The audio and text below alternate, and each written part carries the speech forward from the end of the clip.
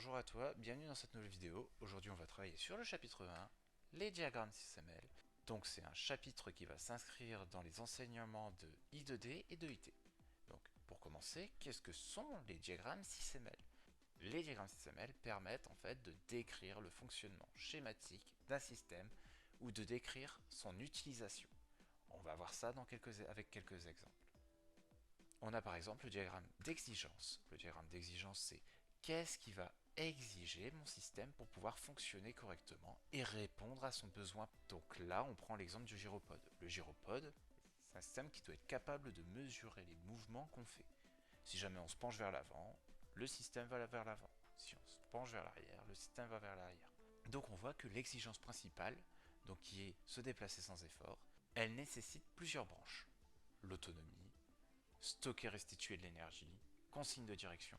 Tout ça, c'est comment est-ce que justement on va arriver à ce déplacement sans effort. Attention, ce qu'on veut, c'est se déplacer sans effort. C'est pas que le gyropode soit autonome ou quoi que ce soit. C'est vraiment répondre à un besoin qui est se déplacer sans effort. Donc toutes les liaisons qu'on voit, c'est comment est-ce qu'on va répondre à une exigence, comment est-ce qu'on va répondre à notre besoin, et ces besoins-là, justement, ce besoin-là va sûrement être comblé par d'autres exigences d'exigence.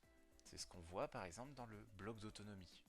Le bloc d'autonomie, on voit qu'il y a encore des blocs derrière. En fait, ces blocs permettent de dire, pour satisfaire le bloc autonomie, il me faut ces blocs-là. Donc, pour le bloc autonomie, il faut avoir des batteries pour commencer, pour pouvoir assurer une autonomie. Il faut que ces batteries soient chargées pour pouvoir permettre l'autonomie correcte. Il faut que les pneus soient correctement gonflés, etc. Donc tout ça, c'est comment est-ce qu'on va répondre à notre besoin. Ensuite, on a le diagramme de cas d'utilisation. Donc on va prendre un site de vente en ligne, par exemple Amazon. On voit qu'on a le client et l'internaute qui n'ont pas les mêmes tâches disponibles. L'internaute, lui, ne peut que créer le compte, parcourir le catalogue, ajouter des articles au panier. Pourquoi? Parce que lui, il n'est pas identifié, contrairement au client qui lui l'est. Donc lui, le client, peut se permettre de parcourir le catalogue, ajouter des articles au panier, commander, contrairement à l'internaute, parce que lui, il n'a pas renseigné ses informations, ou modifier son compte. Donc le diagramme de cas d'utilisation, c'est vraiment comment est-ce qu'on peut utiliser le système. Donc là, dans notre cas, c'est un site internet, donc c'est Amazon. Comment est-ce qu'on va le rendre utilisable?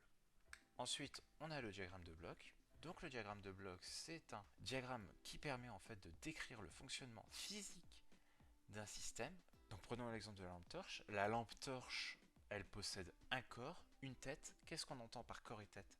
Simplement son armature. C'est comment elle est construite.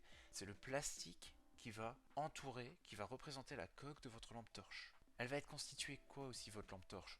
Pour être une lampe torche, il faut une source lumineuse. Pour pouvoir dire tiens, je vais allumer ma lampe torche, il va falloir un bouton poussoir, etc. C'est vraiment qu'est-ce que vous allez retrouver dans votre système. Qu'est-ce que vous allez retrouver comme élément physique dans votre système? Les composants.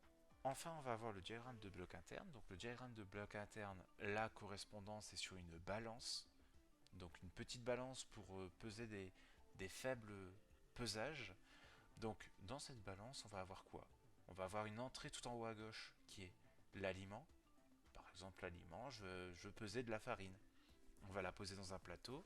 Ce plateau va émettre une force sur la poutre, ce qui la poutre est reliée au châssis, mais aussi reliée à une jauge de contrainte. C'est ce qui représente en fait votre capteur de poids, en fait la jauge de contrainte.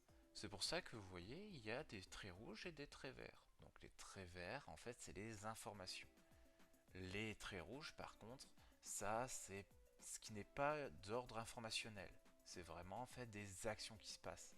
Donc là, par exemple, l'aliment exerce une force sur le plateau, qui exerce une force sur la poutre, qui exerce une déformation sur la jauge de contrainte.